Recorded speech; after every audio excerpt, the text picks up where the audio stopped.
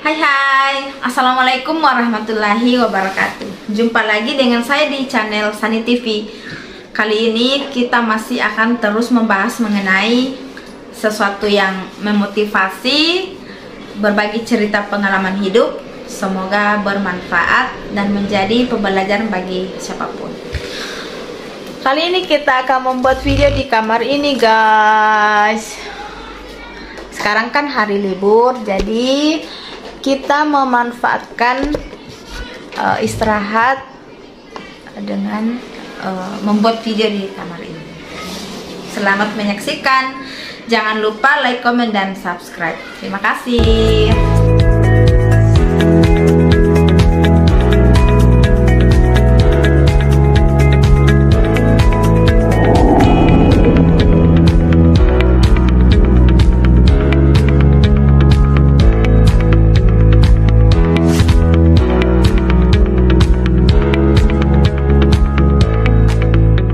Perjalanan hidup seseorang atau sejarah hidup seseorang merupakan reminder bagi dirinya, juga sebagai motivasi menuju langkah selanjutnya. Tua, muda, yang kaya ataupun yang miskin, masing-masing memiliki problem dalam hidupnya. Menjalani hidup itu harus dengan apa adanya. Jika membuat nyaman, membuat bahagia, pertahankan. Jangan pernah disia-siakan. Namun jika hanya membuat luka, membuat sakit, untuk apa diperjuangkan? Tinggalkan sebelum itu berlarut-larut. Menjalani hidup itu jangan pernah takut. Sebab tak ada yang perlu ditakutkan di muka bumi ini kecuali Tuhan. Dan tak ada yang perlu dirisaukan. Sebab segala sesuatu yang telah terjadi, segala sesuatu yang akan terjadi, segala sesuatu yang sedang terjadi sudah menjadi ketentuan Sang Maha Pencipta. Kenapa saya berani berkata demikian? Kenapa saya begitu yakin? Karena saya pernah mengalami, saya pernah menjalani selama beberapa tahun ketika saya tinggal di sebuah ruangan, sebuah kamar yang berukuran kira-kira 3x3, di mana segala aktivitas saya lakukan di dalam ruangan itu. Dan ruangan itu menjadi saksi kunci kehidupan saya. Dan kisah ini telah saya ceritakan sebelumnya di video yang berjudul Aku Dalam Sebuah Cerita. Kenapa saya gagal, kenapa hidup saya berantakan, kenapa waktu itu saya nyaris mengakhiri hidup, karena saya takut.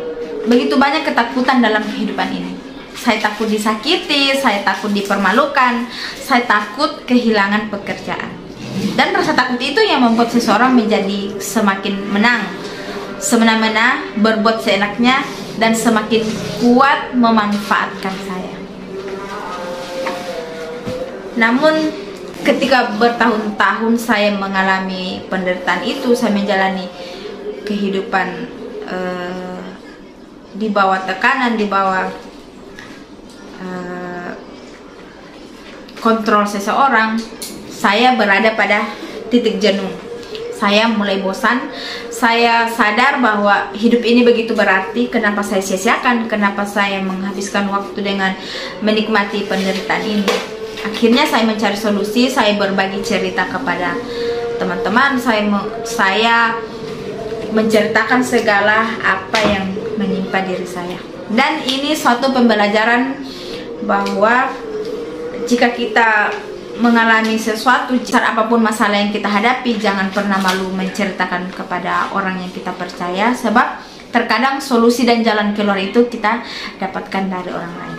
Dan ternyata memang benar. Ketika mengingat pada zaman itu, ketika masih zaman penjajahan, bukan zaman penjajahan negara kita ya, karena waktu itu saya belum lahir.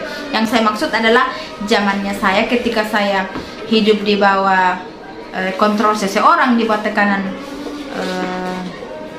seseorang, di mana segala aktivitas, segala perbuatan yang saya lakukan ingin diketahui orang itu. Dan mirisnya lagi, ketika zaman itu sudah zaman modern, hampir semua orang memiliki HP Android. Sedangkan saya hanya memiliki sebuah HP kecil merek Nokia waktu itu, warna hitam. Dan sampai sekarang saya masih simpan. Saya akan simpan sebagai kenangan. Kan ku jadikan kau sebagai kenangan yang terindah. Kan ku jadikan kau kenangan yang terindah dalam hidupku. Lanjut cerita.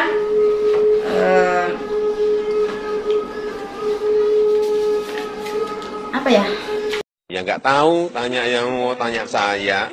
Ngeri sekali jika mengingat masa itu, dimana saya setiap saat, setiap detik, setiap menit, "Hei, kamu di mana? Dengan siapa? Sedang berbuat apa? Silahkan sekarang juga kamu menuju pintu kamar mandi. Buka pintunya. Sekarang buka pintu lemari. Sekarang nyalakan kipas angin." Dan segala apa yang ada di ruangan itu yang memiliki bunyi dirancang khusus untuk memiliki bunyi tertentu, agar ketika saya tidak berada di ruangan itu akan ketahuan dan menjadi fatal buat saya, sebab itu bisa saja menjadi luka bagi saya. Saya akan disakiti, saya akan dilukai. Dan singkat cerita, ketika saya mendapat masukan, mendapat solusi jalan keluar dari teman-teman, saya berani melawan. Saya mulai bertindak. Ketika hidup saya kembali mulai dikontrol, kembali mulai ditekan, saya berani mengamuk, saya berani melawan. Silahkan saja lakukan apa yang bisa kamu perbuat pada saya. Lakukan, silahkan permalukan saya, silahkan buka aib yang kamu tahu dari saya. Silahkan saja hubungi orang tua saya dan katakan bahwa saya sekarang telah menikah diam-diam, dinikahi oleh pria beristri, di mana kamu selalu mengancam saya bahwa bagaimana keadaan orang tua kamu, keluarga kamu, mereka bisa saja sakit atau tidak menghiraukan lagi kamu ketika mereka tahu bahwa mereka menikah diam-diam tanpa restu.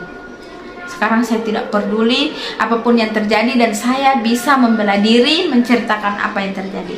Dan silakan saja hubungi atasan saya dan sampaikan bahwa saya telah menikah, dinikahi pria beristri, di mana saya selalu diancam saya akan kehilangan pekerjaan jika mereka tahu. Dan saya tidak peduli, lagi-lagi saya tidak akan peduli apapun yang terjadi, karena saya bisa membela diri menyampaikan apa sebenarnya yang terjadi.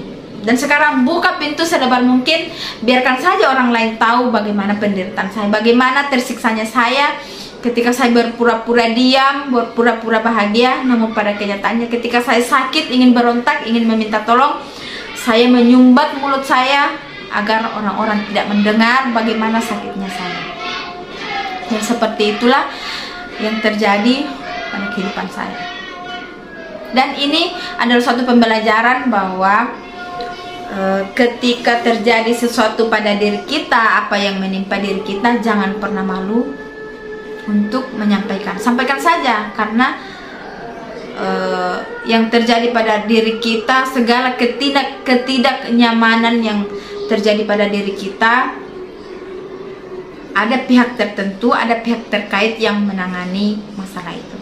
Dan itulah yang terjadi ketika saya berani menyampaikan, ketika semua orang tahu, akhirnya saya bisa bebas, saya bisa memulai hidup baru, saya kembali bangkit. Meskipun saya betul-betul mulai dari nol, dan itu jauh lebih baik ketika saya harus berdiam diri menikmati apa yang terjadi.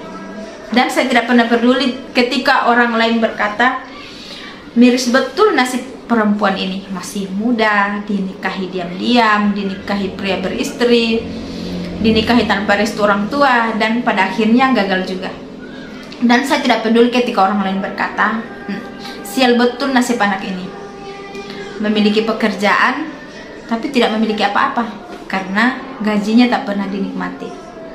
Dan saya tidak peduli ketika orang lain menghujat saya dan berkata, ini adalah akibat perbuatan dosa. Ini adalah karma ketika berdosa kepada orang tua dan akibat pergaulan. Saya tidak pernah marah karena itu semua adalah resiko. Dan terkadang kita tidak sadar bahwa apa yang menimpa diri kita, apa yang terjadi pada diri kita, itu akibat kesalahan atau perbuatan diri kita sendiri. Dan apapun yang terjadi, jangan pernah menyalahkan siapa-siapa. Jangan pernah menyalahkan keadaan, jangan pernah menyalahkan nasib. Yang salah itu adalah karena tidak peduli orang tua, tidak menghiraukan orang tua. Yang salah itu karena merasa bisa tanpa orang tua, merasa bisa tanpa orang lain. Yang salah itu karena memilih jalan yang salah. Jadi siapapun itu yang tidak pernah terjadi dalam kehidupannya, jangan pernah, semoga saja itu tidak terjadi. Dan yang pernah terjadi seperti ini dalam kehidupannya, mari kita sama-sama bangkit, mari kita memulai hidup baru. Dan sekali lagi, apapun itu, sebesar apapun masalah, jangan pernah malu, jangan pernah takut. Jangan pernah takut jatuh, sebab yang takut jatuh itu adalah orang yang tidak pernah manjat. Jangan pernah takut gagal, sebab orang yang takut gagal adalah orang yang tidak pernah melangkah. Jangan pernah takut salah, sebab kesalahan pertama merupakan suatu pengalaman untuk mencari jalan yang benar menuju langkah yang kedua. Terima kasih, semoga bermanfaat dan semoga menjadi inspirasi, semoga jadi motivasi dan pengalaman yang baik bagi siapapun. Selamat menonton.